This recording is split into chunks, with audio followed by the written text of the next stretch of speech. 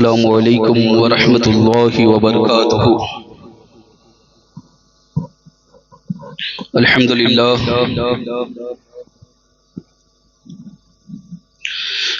للہ کفا والصلاة والسلام علی عباده الذین اصطفى، اما بعد، اعوذ باللہ من الشیطان الرجیم، بسم اللہ الرحمن الرحیم۔ إن ينصركم الله فلا غالب لكم وإن يخذلكم فمن ذا الذي ينصركم من بعده وعلى الله فليتوكل المؤمنون۔ اللهم نور قلوبنا بالقرآن وزين أخلاقنا بالقرآن وادخلنا الجنة بالقرآن ونجنا من النار بالقرآن۔ ربنا افتح بيننا وبين قومنا بالحق وأنت خير الفاتحين، صدق الله العظيم وصدق رسوله النبي الأمين الكريم ونحن على ذلك لمن الشاهدين والشاكرين والحمد لله رب العالمين۔ بعد توحید کے متوالو، غوث اعظم کے جانثارو، آئیے کچھ عرض معروض سے قبل ہم اور آپ مل کر آقا نامدار، مدینے کے تاجدار جناب احمد مجتبی محمد مصطفیٰ صلی اللہ تعالی علیہ وسلم کی بارگاہ میں جس طرح سے میں پڑھاتا ہوں، میرے ساتھ مل کر پڑھیے۔ الصلاۃ والسلام علیک یا رسول اللہ، الصلاۃ والسلام علیک یا حبیب اللہ، الصلاۃ والسلام علیک یا نبی اللہ صلی اللہ تعالی علیہ وسلم۔ برادران ملت اسلامیہ، خطبہ مستونہ کے بعد میں نے جس آیت کریمہ کی تلاوت کرنے کا شرف حاصل کیا، اللہ رب العزت سے دعا ہے کہ اس آیت کے متعلق مجھے حق کہنے، آپ کو حق سننے، ہم سب کو اس پر عمل کرنے کی توفیق عطا فرمائے۔ اللہ رب العزت کا فرمان، ان ینصرکم اللہ فلا غالب لکم، اگر اللہ تمہاری مدد کرے تو پھر کون ہے جو تم پر غالب آئے گا؟ ان ینصرکم اللہ فلا غالب لکم، اگر اللہ تمہاری مدد کرے تو تم پر کوئی غالب آ نہیں سکتا۔ وَإِن يَخْذُلْكُمْ، اور اگر اللہ گرا دے، اللہ چھوڑ دے تمہیں، فَمَنْ ذَا الَّذِي يَنْصُرُكُمْ مِنْ بَعْدِهِ، تو اس کے بعد کون ہے جو تمہاری مدد کرے گا؟ وَعَلَى اللَّهِ فَلْيَتَوَكَّلِ الْمُؤْمِنُونَ، تو مومنوں کو چاہیے کہ وہ اللہ پر بھروسہ کرے۔ برادران ملت اسلامیہ، اس آیت کریمہ میں واضح طور پر پتہ چلا کہ اگر اللہ رب العزت کی مدد نہ ہو تو کوئی کامیاب ہو ہی نہیں سکتا۔ کامیابی صرف اور صرف اللہ کی مدد سے ملے گی۔ اللہ کے مدد کے بغیر کوئی کتنا ہی ذہین کیوں نہ ہو، اپنے آپ کو ہوشیار کیوں نہ سمجھتا ہو، اپنے آپ کو ترم خان کیوں نہ سمجھتا ہو، لیکن یاد رکھنا، جب تک کہ اللہ کی مدد نہیں آئے گی، اللہ کی مدد شامل حال نہیں ہوگی، اس وقت تک فلاح اور کامیابی نہیں ملے گی۔ کامیابی ملنے کے لیے شرط ہے کہ اللہ کی مدد ملے۔ تو اب مسلمانوں کو کیا کرنا چاہیے؟ مسلمانوں کو ہر کام کے اندر یہ سوچنا چاہیے، غور و فکر کرنا چاہیے کہ میں یہ کام کرتا ہوں تو اس میں اللہ کی مدد آئے گی یا نہیں آئے گی۔ اگر یہ سوچ بنا لی نا کہ میں نے یہ کام شروع کیا ہے، اس میں اللہ کی مدد ہے یا نہیں ہے، یا اللہ کی مدد ہوگی یا نہیں ہوگی، اگر یہ سوچ بنا لی تو میں یقین کے ساتھ کہتا ہوں انسان کبھی بھی کوئی غلط کام نہیں کرے گا، کیونکہ وہ خود جانتا ہے کہ میں ظلم کروں گا تو اللہ کی مدد میرے ساتھ نہیں ہوگی، میں صبر کروں گا تو ان اللہ مع الصابرین، اللہ میرے ساتھ ہوگا، ہے نا؟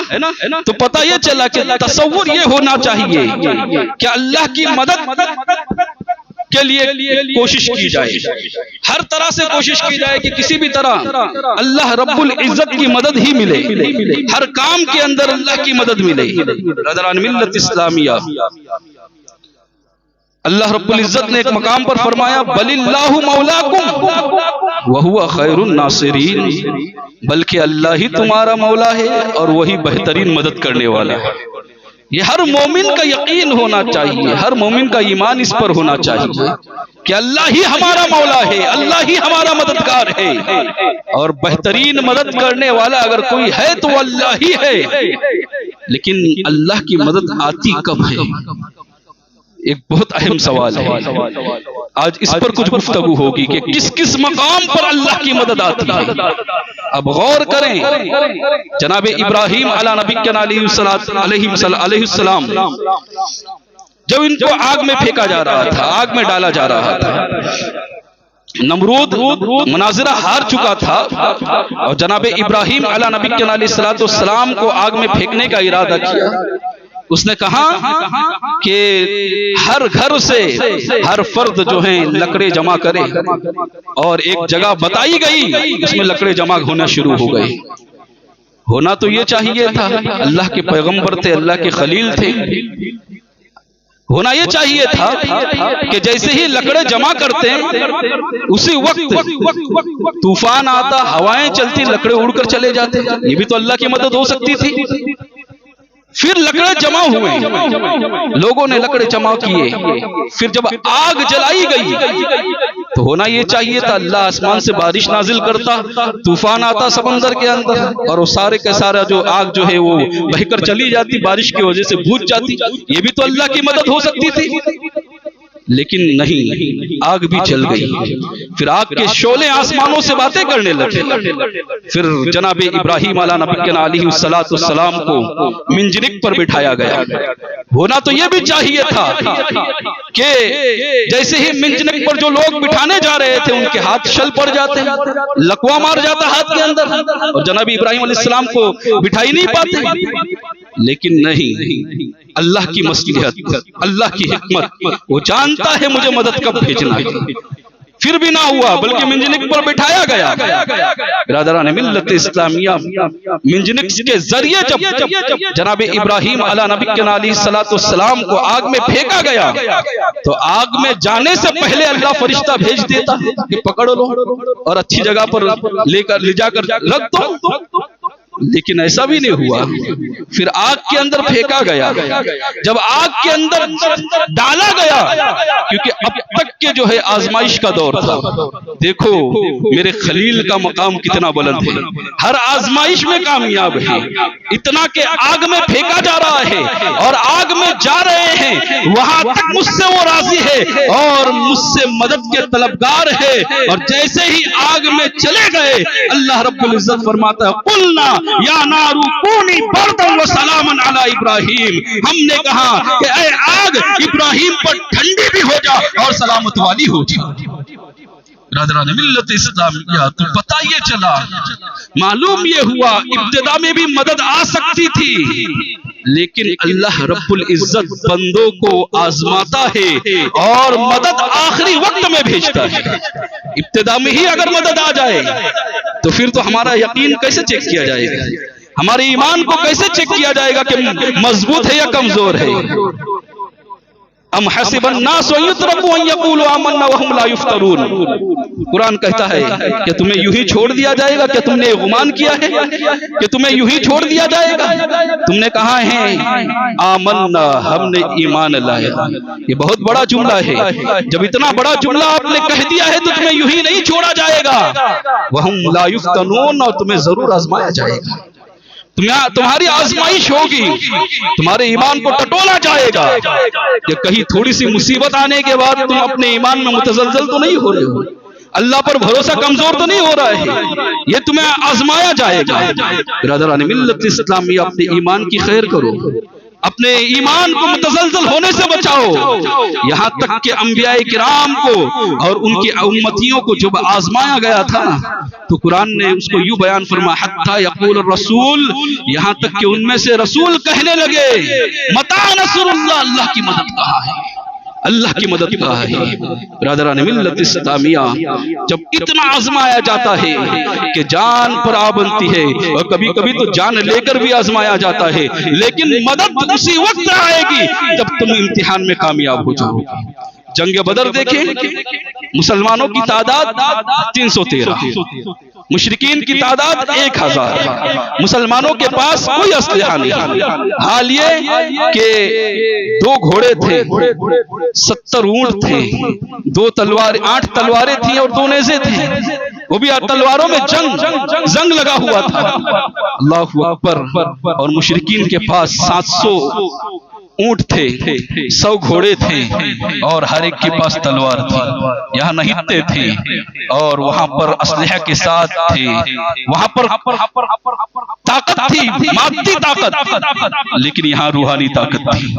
برادران ملت اسلامیہ، اب یقین دیکھو، یہاں پر بھی ہو سکتا تھا کہ اللہ کی مدد ابتدا میں ہی آ جاتی۔ آقا علیہ الصلوۃ والسلام، اور ہمارا تو یقین ہے اس بات پر کہ آقا اگر مٹی اٹھا کر پھینک دیتے، سب مشرکین اندھے ہو جاتے، اور اس کی مثال پیش ہو چکی ہے اس سے پہلے جب ہجرت کی تھی۔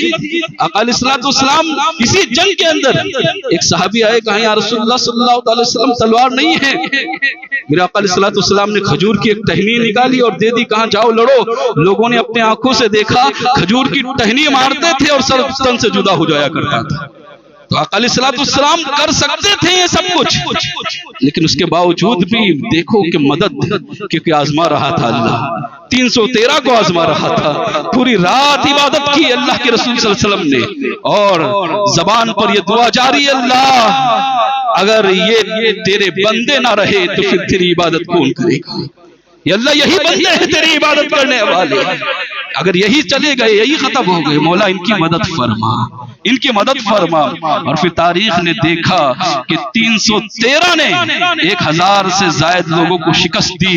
اللہ تبارک و تعالیٰ نے اسے یوں بیان فرمایا، وَلَقَدْ نَصْرَكُمُ اللَّهُ بِبَدْرٍ وَأَنْتُمْ أَذِلَّةٌ، ہم نے تمہاری مدد کی جب تم بہت کمزور تھے۔ تو پتہ یہ چلا اللہ کی مدد آخری وقت میں آتی ہے، اور اللہ کی مدد کے بغیر کامیابی مل ہی نہیں۔ صحابہ کرام نے کتنی کوشش کی ہوگی، ذرا سوچو، 313 پہ کتنی کوشش کی ہوگی۔ حال یہ ہے کہ سب نے اپنی جان کی بازی لگانے کا ارادہ کیا تھا، لیکن اللہ تبارک و تعالیٰ نے فرمایا کہ مدد میری تھی، اور پھر الگ الگ مقامات پر پہلے 1000 فرشتے بھیجے، پھر 3000 فرشتے بھیجے، اور پھر 5000 فرشتوں کے ذریعے اللہ تبارک و تعالیٰ نے مدد کی۔